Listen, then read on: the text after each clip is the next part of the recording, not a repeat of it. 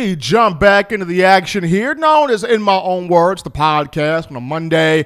Hottest show on the streets, best form of Crimson Tide football news, notes, and information. Stephen M. Smith here with you. And we look at a little spring preview. Spring preview, Alabama starting spring practice on Friday, March 13th. So we can look at these inside linebackers for the Crimson Tide, a positional unit that was hit with some injuries last season. Dylan Moses and Joshua McMillan both sustained knee injuries in the fall camp and August camp, did not play the entire 2019 season, which led to Nick Saban and the Crimson Tide going with two freshmen at the time, Shane Lee and Christian Harris, to start the entire year. And though both guys had some good moments, it wasn't, all bad. But at the same time, improvements will need to be made. There are moments where you saw where those guys were freshmen, missed an assignment here, missed an assignment there, but overall they did do some things well, that being Shane Lee and Christian Harris. But with the returns of Dylan Moses and Joshua McMillan, with Shane Lee and Christian Harris having a season under their belt, and then you go down to guys like Alakaho, Markel Benton, Jalen Moody, and then two freshmen enrollees, Demoy Kennedy and Jackson Bratton here in the 2020 class, there's a lot to be excited about. There's a lot to be hopeful on. There's a lot to smile at when you talk the inside linebackers for the Crimson Tide. First and foremost, I dove into already Dylan Moses and Josh McMillan, both of those two back for this season, starting off in the spring. Dylan Moses, your inside linebacker, your Mike linebacker, your middleman, your captain, the guy that's going to be barking the orders, barking the communication across the board. And with him back, it's huge because last season, Alabama was forced to have Xavier McKinney from his free safety position walk down in the box and push guys in the right spots, in the right areas on the field pre-snap. He had to make sure all the calls were directed accordingly across the board, keeping the communication in line. And then not to mention, he has to jump back to his safety spot and make the plays on the field. And while, X had a big-time stat sheet, and you have to be very proud of him to have that, 95 tackles, 5.5 to 6 tackles for loss, 3 sacks, had 3 interceptions, 5 pass breakups, 5 quarterback hurries, 4 forced fumbles. The man had a dynamite stat sheet, but at the end of the day, he wasn't supposed to. He wasn't supposed to. It wasn't meant for him. As I'm trying to say, it wasn't meant for him to do all of that. And when you have your defensive back being the leader in tackles, not always a great thing, because it forces your last line of defense to overcompensate, if you will, and they have to do everything. And when you have to do everything, and when so much is bombarding your mind, one false step on your end, you can give up a big play. So while Xavier McKinney had a big year, while McKinney has a chance to be a top 20 pick in the first round of the upcoming draft, and we are proud of what he was able to do, at the end of the day, it was a little bit much there to put on X McKinney. But linebackers being back, Dylan Moses will bark all the orders across the formation. And then you have Joshua McMillan, of whom enters his 6th year at the program. He came in 2015 out of Memphis, Tennessee, a guy that's got big size, a tackling machine, someone of whom taught Dylan Moses the defensive system, and a guy that he may not be the most uber athletic talent, but at the same time, knowledgeable of the playbook, knowledgeable of the system, knowledgeable of communication. He's a big talker, McMillan is. Knowledgeable of the communication that needs to be gone or needs to happen across the entire field, and a guy that has the capability, I should say, to lead this team in tackles for loss or lead this team in just a various amount of categories. So happy to have Dylan Moses and Joshua McMillan back. When you go down to Shane Lee and Christian Harris, I've already given in a previous show my whole spiel or my whole gist on both of those guys.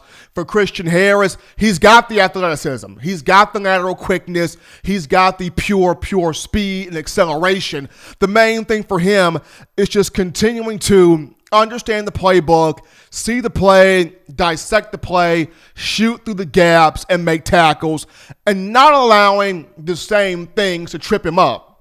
Which he did a solid job of that this past year. If one thing tripped him up the first time, he would learn it, get it down, not allow that same area to bother him or to frustrate him. He progressed as the year went on. So in year 1 to year 2, want to see Christian Harris continue to grow in seeing the play, attacking the play, dissecting the play, and doing the necessary things on the field. In terms of Shane Lee, getting down his speed, getting his speed in order, getting his straight line speed faster, getting his lateral quickness faster, and also getting his consistent power better where he can shed off offensive linemen, and make plays consistently on the football. If you just look at his stats from 2019, great stats.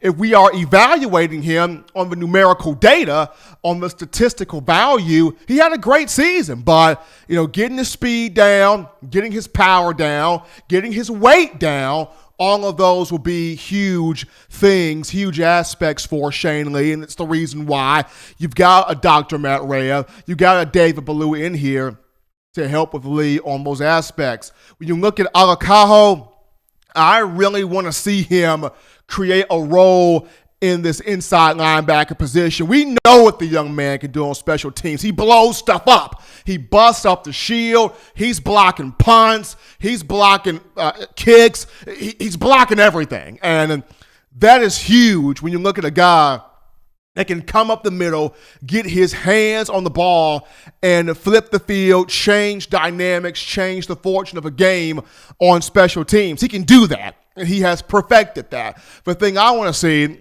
from Alakaho is breaking into that inside linebacker rotation and having some more action on the field, whether it's in nickel, whether it's in dime, just finding a way to craft a niche for him as a linebacker, inside linebacker, that being in the rotation. The same thing in terms of guys like Markel Benton and Jalen Moody, just finding their niche. What is their niche on the field in terms of the inside linebacker? Is their niche in dime? Is it in nickel? Find out, where do I fit on the field, and how can I make plays on the field based on where this coaching staff puts me at, where this coaching staff entrusts me to be at. And then your two young guys, your two freshmen, Demoy Kennedy and Jackson Bratton. This is a chance for them to learn the system, to dive into the playbook, to break down what are these terminologies, what's the word jargon, what's the language,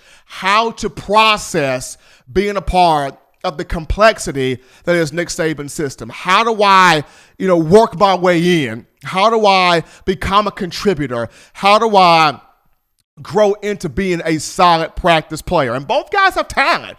Both guys have immense potential. Both guys 4-star athletes. Demoy Kennedy coming from Theodore High School, Theodore, Alabama, close to the Mobile area. Jackson Bratton coming from North Alabama, Muscle Shoals. So both guys, they have potential. Both guys have talent. Both guys have something they can bring to the table. It's just the idea of, for these two, learning the system, quickly being able to process it, and finding out, okay, where do I fit in the big puzzle that is Nick Saban's defense? So that's just, a small little preview here when you talk about the inside linebacker position. But as we go to this screen here right now, this slide demonstration here, there's a direct correlation when you talk about national championships at Alabama in the Nick Saban era and the inside linebackers. In the 5 national championships, 2009, 2011,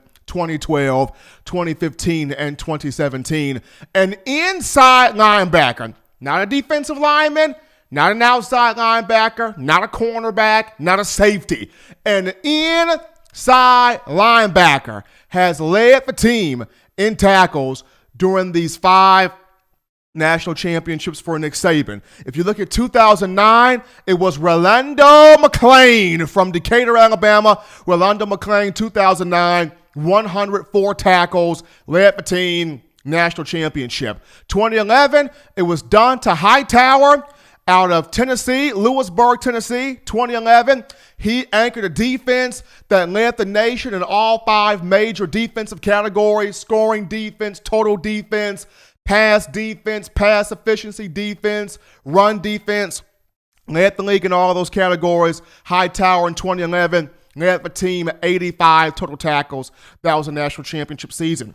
2012, you got C.J. Mosley from Theodore, Alabama. 2012, led the team, 107 total tackles, helped the team win the Southeastern Conference Championship and a BCS national title.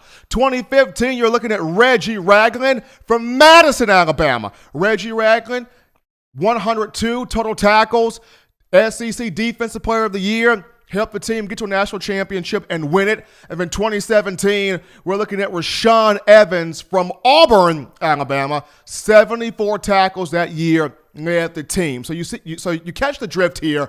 In the 5 national championships under Nick Saban, an inside linebacker has led the team in tackles. So this year, this particular group got to come up, got to make the necessary adjustments and improvements.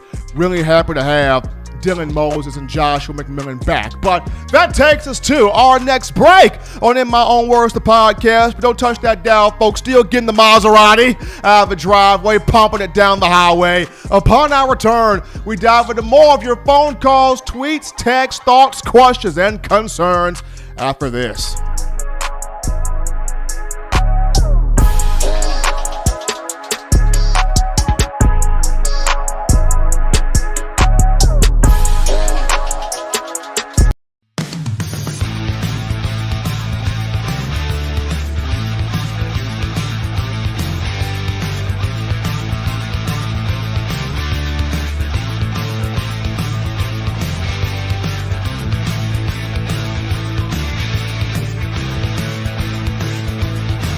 T-Town Menswear in the University Mall in Tuscaloosa.